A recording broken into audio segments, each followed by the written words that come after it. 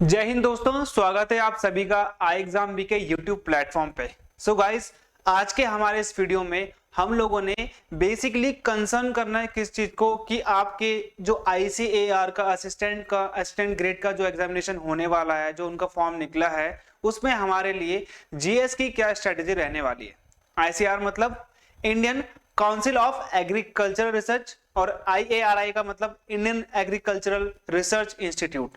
तो ये पर्टिकुलरली ये दोनों ही एक ही ऑर्गेनाइजेशन है। ये जो रिसर्च इंस्टीट्यूट्स होते हैं ये ICAR के अंतर्गत आते हैं।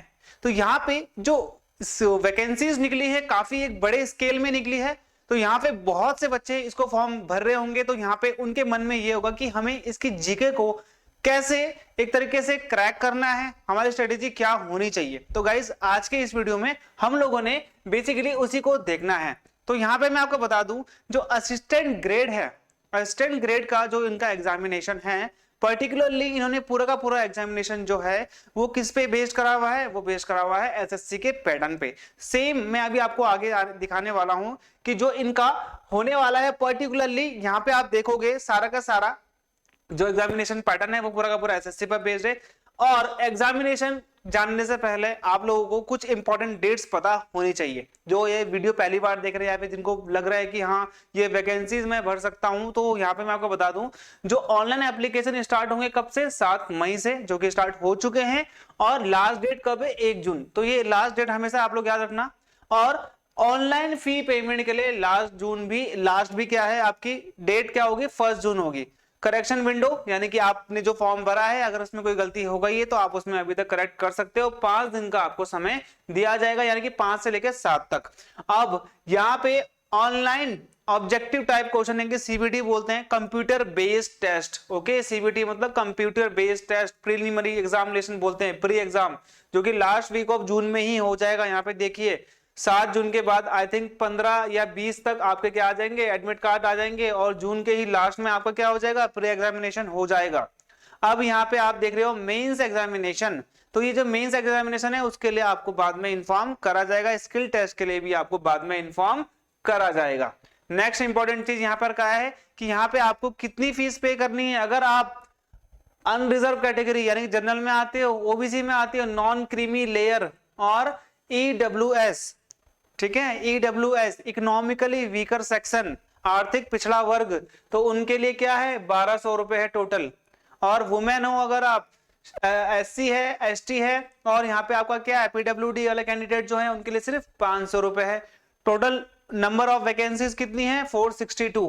UR की इसमें 279 है, OBC की 95 है, SC की 48 है, ST की 14 है, EWS की 26 है, दिव्यांग ये हो गया आपका 8। तो यहाँ पे मैंने आपको बता दिया है। दूसरी इंपॉर्टेंट चीज, क्या इसमें एज रहने वाली है, दैट इज आपका हो जाएगा 20 से 30 साल के अंतर्गत जो भी व्यक्ति इसमें आते हैं वो लोग ये फॉर्म भर सकते हैं। और यहाँ पे बोला है इन्होंने कि जो लिमिट्स है serving under employ of ICAR के अंतर्गत जो भी एम्प्लॉय है दोबारा से रीसेटलमेंट होना चाहते हैं, तो उनके लिए क्या हो जाएगी, 45 है लास्ट। ये सिर्फ उनके लिए जो ICAR के अंतर्गत पहले से ही काम करते हैं और किसी के लिए नहीं होगा।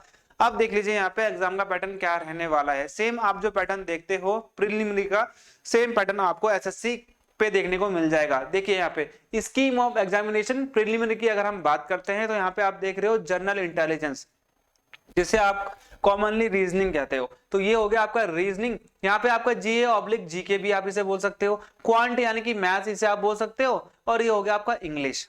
सेम सारा का सारा क्या है, 25 25 25 25 25 25 25 25, जो कि आपके 100 क्वेश्चन होते हैं। प्रत्येक क्वेश्चन 2 मार्क्स का, यानी कि आपके यहाँ पे कितने हो गए, 200 मार्क्स हो गए। और यहाँ पे पर्टिकुलरली आपको टाइम कितना दिया जाएगा, 1 घंटे का। सेम पैटर्न यही फॉलो करता है SSC। और यहाँ पे जो इसका मेंस एग्जामिनेशन होगा उसमें क्वांट और इंग्लिश आएगी। क्वांट के 50 क्वेश्चन होंगे जो कि ऑब्जेक्टिव टाइप होंगे, यानी कि 4 में से 1 आपने टिक मारने हैं, और 100 ऑब्जेक्टिव क्वेश्चन होंगे आपके इंग्लिश के। और यहाँ पे आपको मैक्सिमम मार्क्स 100, और मेंस में भी इंग्लिश के मार्क्स आपको 100 मिलेंगे। यहाँ पे आपने ध्यान देना, क्वांट के आपके एक क्वेश्चन के 2 मार्क्स हैं, और इंग्लिश के आपका एक क्वेश्चन का 1 ही मार्क्स का होगा। डिस्क्रिप्टिव पेपर लिखने वाला आएगा, तो ये हो गया आपका 100 नंबर का। डिस्क्रिप्टिव मतलब लिखित, जो कि आपने लिखने वाला होता है। तो यहाँ पे आपको 2 घंटा मिलने वाला है जनरल कैंडिडेट्स के लिए। पर्सन विद डिसेबिलिटीज के लिए यहाँ पे आप देख रहे हो कि 40 मिनट का टाइम बढ़ा दिया गया है मेंस में और 20 मिनट का टाइम बढ़ा दिया गया है प्री में। ओके, तो 1 घंटे का होगा आपका डिस्क्रिप्टिव। देखिए पेपर 1 और पेपर 2 मेंस में है, यह ध्यान रखना। आप यहाँ पे दिख रहा है आपको पेपर 1 और पेपर 2। पेपर 1 में आपका क्वांट और इंग्लिश है, पेपर 2 में आपका सिर्फ डिस्क्रिप्टिव होगा। तो यहाँ पे हमारी क्या अप्रोच रहेगी जनरल अवेयरनेस के लिए? देखिए जो इन्होंने सिलेबस बताया है अभी तक, तो सिलेबस इन्होंने इतना अच्छे से डिफाइन नहीं करा है कि आपको पता चल सके आपने पर्टिकुलरली पढ़ना क्या है। लेकिन मैं यहाँ पे आपको बता देता हूँ कि जो ICAR का अभी आप हार्डली ये मान सकते हो मई चल रहा है, तो जून में आपका एग्जाम हो जाएगा। तो आप हार्डली आप ये बोल सकते हो कि आपके पास 45 डेज बचे हुए हैं। और अगर हम आज की बात करें, अगर ये मानते हैं हम कि आपका जून में 30 में पेपर हो जाएगा, तो हम ये बोल सकते हैं कि हमारे पास 50 डेज बचे हुए हैं। तो यहाँ पे 50 डेज के लिए आपके पास क्या स्ट्रेटेजी होनी चाहिए? तो देखिए मैं आपको ये बताता हूँ कि पहली बात तो आप लोग कुछ ना कुछ तैयारी तो कर रहे होंगे, ये आपको पता होगा कि हाँ पर्टिकुलरली आपने क्या क्या पढ़ना है। तो यहाँ पे मैं आपको बता देता हूँ, अगर आप अपना ज्योग्राफी में आपने स्टैटिक पढ़ना है, पर्टिकुलरली किसके लिए? वर्ल्ड ज्योग्राफी के लिए स्टैटिक पार्ट।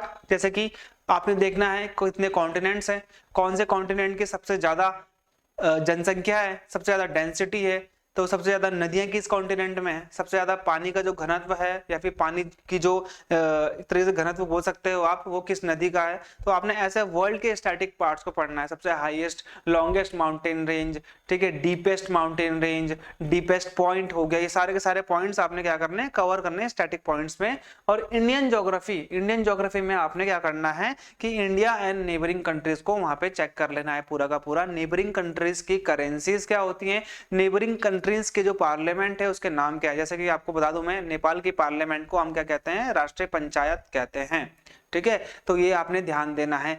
बांग्लादेश की जो पंचायत है पर्टिकुलरली उसके नाम अलग है, ठीक है। जैसे कि आपको रशिया का मिल जाएगा ड्यूमा, ठीक है। तो ये आपने ध्यान देना है कि ऐसे जैसे आपको भूटान का मिल जाएगा सोगुडू करके। तो यहाँ पे जो पार्लियामेंट के नेम होते हैं वो अलग अलग होते हैं, ठीक है। तो ये काफी बार एग्जाम में आता है। जैसे कि आपका जातीय संसद भूटान की, बांग्लादेश की पार्लियामेंट का नाम है। तो ऐसे आपने याद करने, करेंसी याद रखनी है। भूटान की टका हो गई, बांग्लादेश की क्या होगी? टका होगी, भूटान की नेगोल्ट्रम होगी, कयात होगी म्यांमार की, बाकी सबकी रुपीज है। ये आपने ऐसे करके याद रखना है। और करेंसीज आप लोग अगर एशिया की ज्यादातर कंट्रीज के अगर आप करेंसी याद रख लोगे तो काफी बार एग्जाम्स में आता है। ओके, तो यहाँ पे ऐसे आपने लर्न करना है। देखिए यहाँ पे क्या बोल रहे हैं कि आपने किस हिसाब से पढ़ना है कि आपके आसपास जो चीजें होती हैं, एटमॉस्फेरिक चेंज होता है, कोई भी क्लाइमेट चेंज होता है, तो वो कैसे हो रहा है वो आप सबको पता होना चाहिए। देखो यहाँ पे environment around him and its application